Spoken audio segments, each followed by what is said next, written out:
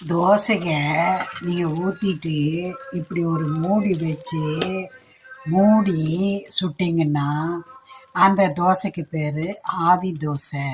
அதை நீங்கள் திருப்பியே போட வேண்டாம், அப்படியே ஆப்பம் மாதிரி எடுத்து சாப்பிடலாம். சமயத்தில் தோசை பிஞ்சு பிஞ்சு போகும், ரொம்ப எரிச்சலாக இருக்கும் நமக்கு. அப்பமும் நீங்கள் இந்த மாதிரி மூடி வச்சு மூடி சுட்டிங்கன்னா சீக்கிரம் தோசை பிஞ்சு போகாமல் வரும்.